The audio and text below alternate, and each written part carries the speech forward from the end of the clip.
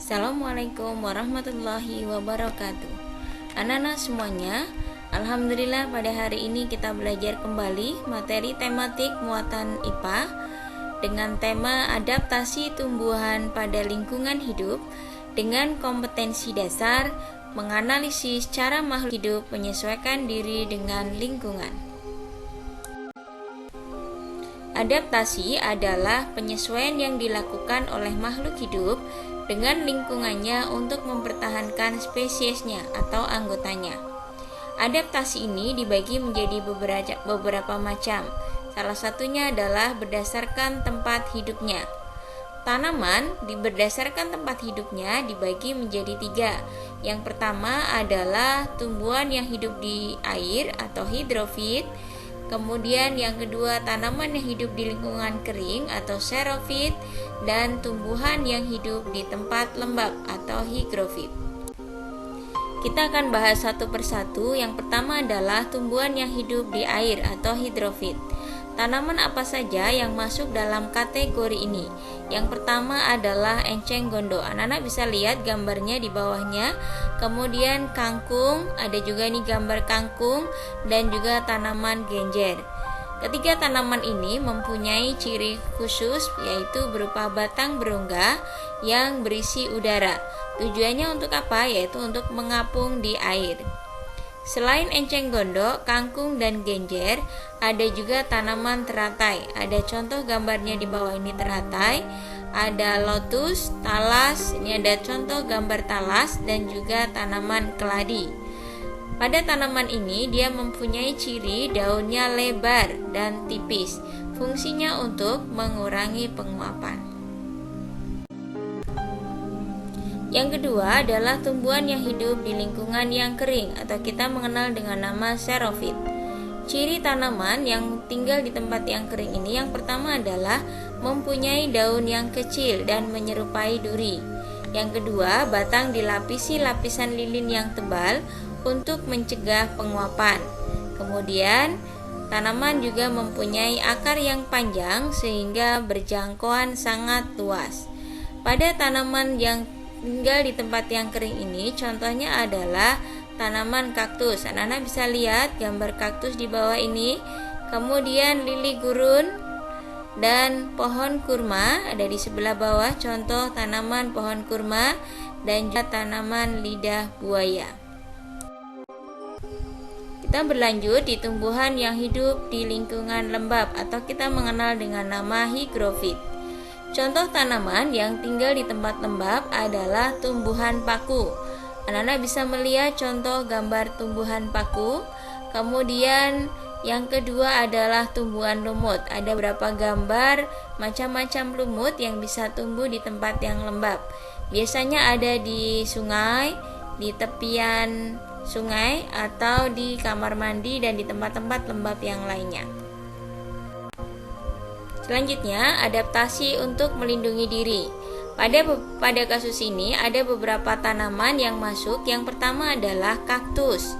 Pada tanaman kaktus, daunnya berubah bentuk menjadi duri. Fungsinya adalah untuk mengurangi penguapan. Kemudian batang pada kaktus dia berdaging dan berkulit tebal. Fungsinya untuk menyimpan air. Kemudian pada tanaman teratai, anak-anak bisa lihat gambarnya. Dan juga pada enceng gondok, batangnya mempunyai rongga. Fungsinya adalah untuk mengapung di air. Nah, pada tanaman enceng gondok, selain dia berongga, dia mempunyai akar yang sangat lebat. Fungsinya adalah menjaga keseimbangan agar enceng gondok ini tidak terbalik ketika berada di air. Tanaman bakau.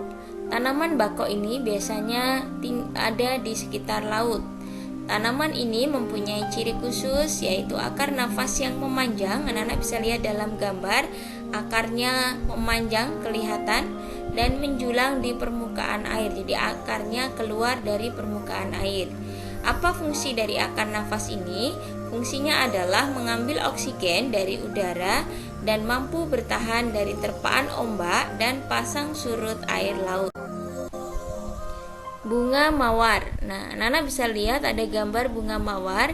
Bunga mawar ini dia melindungi diri dengan mempunyai duri pada sepanjang batangnya. Pada batang Nana bisa lihat ada duri.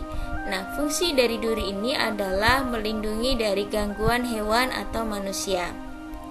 Selanjutnya pada tumbuhan bambu. Pada bambu ini melindungi diri dari musuhnya dengan bulu-bulunya yang ada pada sepanjang batang, sehingga menimbulkan rasa gatal bagi yang menyentuhnya. Selanjutnya pada tanaman putri malu bisa dilihat anak-anak gambarnya, ketika daunnya disentuh maka daunnya akan menutup. Nah, kejadian seperti ini untuk menghindari dimakan pemangsa. Adaptasi untuk perubahan lingkungan. Pada kasus ini ada beberapa tanaman yang masuk di dalamnya, salah satunya adalah pohon jati. Nana bisa lihat gambar sebelah kiri dan kanan perbedaan pohon jati ini. Yang kiri masih hijau lebat, yang kanan sudah meranggas daunnya. Pohon jati ini mengalami perubahan lingkungan sehingga dia menggugurkan daunnya pada musim kemarau.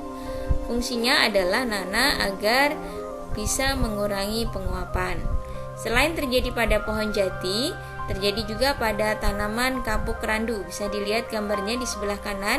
Ada juga pohon mahoni dan juga pohon kedodong sama-sama menggugurkan daunnya di musim kemarau. Adaptasi tumbuhan dalam rangka memperoleh makanan. Pada kejadian ini terjadi pada kantung semar dan tanaman Venus. Pada tanaman ini untuk mendapatkan nutrisi atau makanan, maka tanaman ini mencerna atau memakan serangga yang memiliki getah yang punya aroma untuk menarik serangga agar mendekat sehingga dapat terperangkap oleh daun ini. Sehingga dia akan masuk ke dalamnya dan dimakan sehingga menjadikan nutrisi pada tanaman ini. Demikian anak-anak pembahasan berkaitan dengan adaptasi tumbuhan terhadap lingkungan. Semoga anak-anak semuanya bisa mengambil hikmah, bisa mendapatkan keberkahan dari belajar kita pada kesempatan hari ini. Jangan lupa ada tugas, silakan dikerjakan lembar kerja di modul halaman 140A yang tentang tumbuhan pada tabel bagian atas. Demikian, wassalamualaikum warahmatullahi wabarakatuh.